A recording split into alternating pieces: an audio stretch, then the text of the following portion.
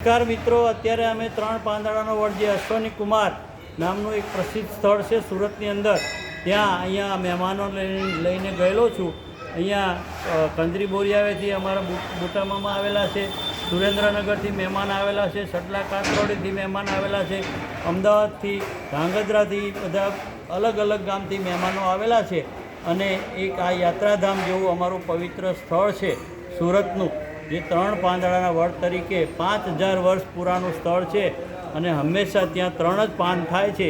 એ સ્થળની આ મહેમાનોને અને દર્શન કરાવ્યા છે અને ખૂબ સરસ મજાનું સ્થળ છે. તમે ક્યારેક સુરત આવો તો તમે ના સ્થળ જોયું હોય તો મારો કોન્ટેક કરજો, હું તમને ચોક્કસ આ સ્થળના દર્શન કરાવીશ.